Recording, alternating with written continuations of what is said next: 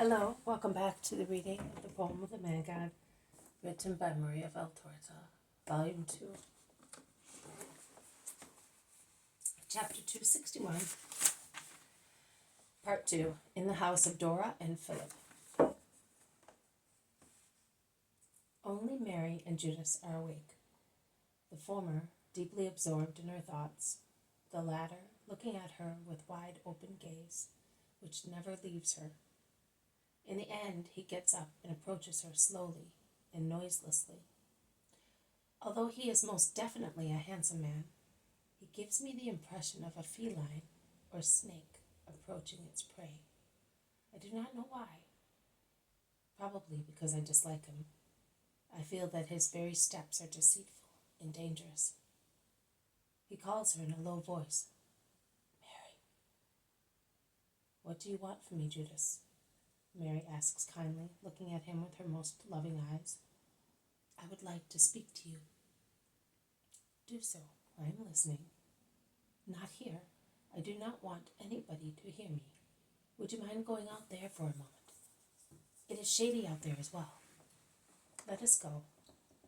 But see, they are all sleeping. You could have spoken here as well, says the Blessed Virgin. But she gets up and goes out before him, leaning against the tall flowery hedge. What do you want from me, Judas? She asks again, staring at the apostle, who appears to be somewhat upset, and to find difficulty in speaking. Are you not feeling well? Or have you done something wrong, and you do not know how to tell? Or do you feel that you are on the point of doing something wrong, and it is a burden for you to admit that you are tempted? Speak, son. As I cured your body, I will cure your soul. Tell me, what is upsetting you? And if I can, I will help you. If I cannot do so by myself, I will tell Jesus. Even if you had committed a grave sin, he will forgive you if I ask him. Really, Jesus would forgive you at once as well. But perhaps you are ashamed of him, the Master. I am a mother. I do not make anyone feel ashamed. No, you do not, because you are a mother and you are so good. You are peace to all of us. I feel very upset. I have a very bad character, Mary. I do not know what I have in my blood and in my heart. Now and again I am no longer able to control them. And then I would do the strangest and worst things. Even with Jesus near you, can you not resist temptation? Yes, and I suffer because of that, believe me. It is so. I am a poor wretch. I will pray for you, Judas. It is not enough. I will get just people to pray for you without telling them for whom it is. It is not enough. I will make children pray. So many of them come to me, to my kitchen garden, like little birds looking for corn. And my caresses and the words I speak to them are corn to them. I speak to them of God, and they, little innocent souls, prefer that to games and tales. The prayer of children is pleasing to the Lord. Never as much as yours, but it is still not enough. I will tell Jesus to pray the Father for you. It is still not sufficient. More than that is impossible. Jesus' prayer defeats also demons. Yes, but Jesus would not always pray, and I would go back to being myself. Jesus always says so. He will go away one day. I must think of that, the time when I shall be without him. Jesus now wants to send us evangelizing. I am afraid to go with this enemy of mine, which is myself, to spread the word of God. I would like to be already perfected. But son, if not even Jesus is successful, who can ever be so? You, mother, let me stay a little while with you. Pagan and prostitutes have stayed with you, so I can stay as well if you do not want me to be where you live.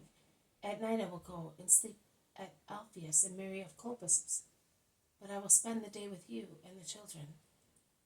In the past, I tried to do things by myself, and I made the situation worse.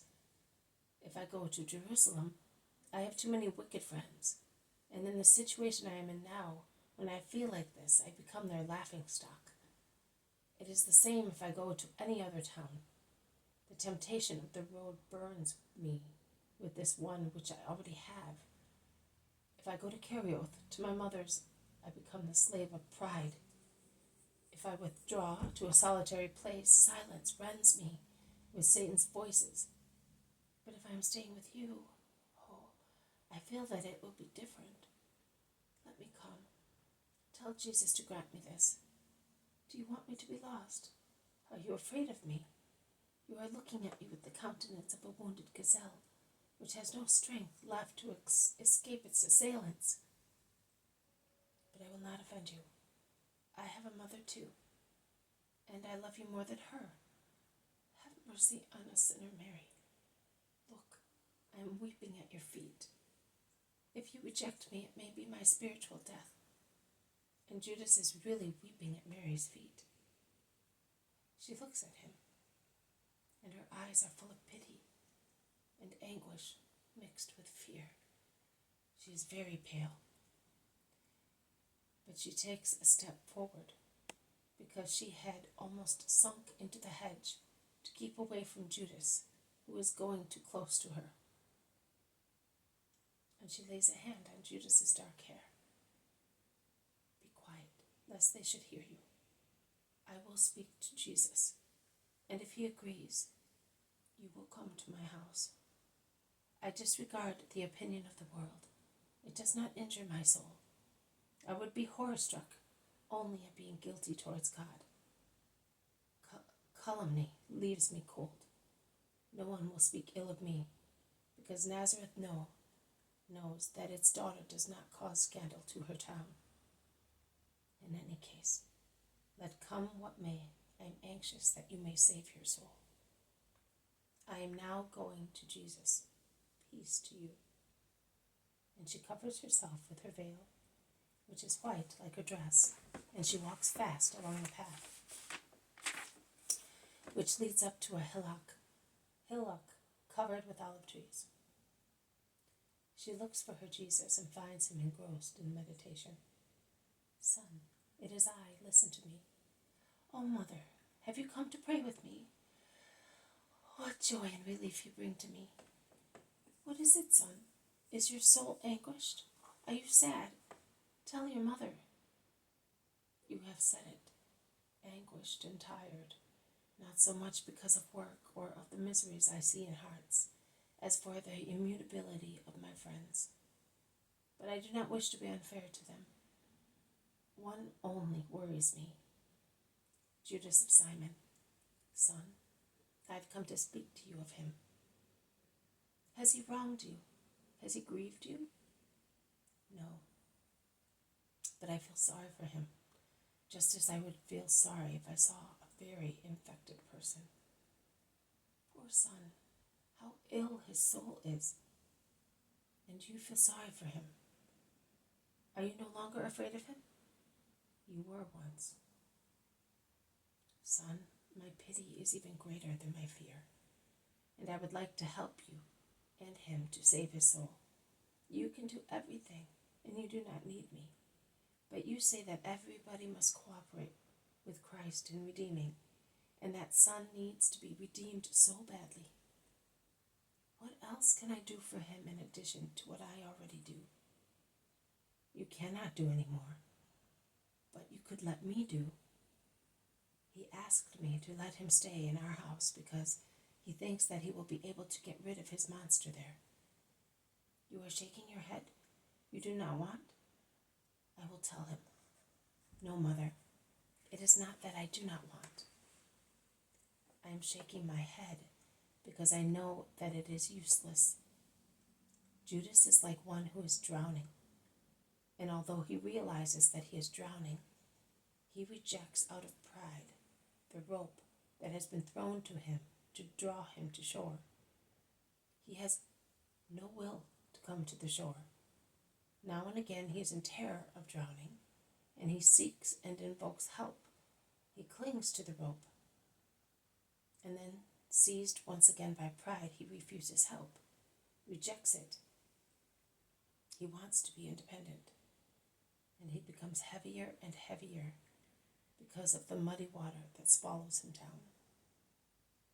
But as I wish to leave no stone unturned, let that be done as well, poor mother. Yes, poor mother, you are subjecting yourself for the love of a soul to the pain of having near you one who frightens you. No, Jesus, do not say that. I am a poor woman because I am still subject to antipathies. Reproach me, I deserve it. I should not be disgusted at anybody for your sake. That is why I am a poor woman. Oh, I wish I could give you back Judas spiritually cured. To give you a soul is to give you a treasure, and the person who gives a treasure is not poor. Son, shall I go and tell Judas that it is all right, that you agree? You said once, the day will come when you will say how difficult it is to be the mother of the Redemptor. I have already said it once, for Aglae. But what is once only? Mankind is so numerous, and you are the Redeemer of all men. Son, as I held the little baby in my arms to bring her to you to be blessed, let me hold Judas in my arms, that I may bring him to your blessing. Mother, he does not deserve you.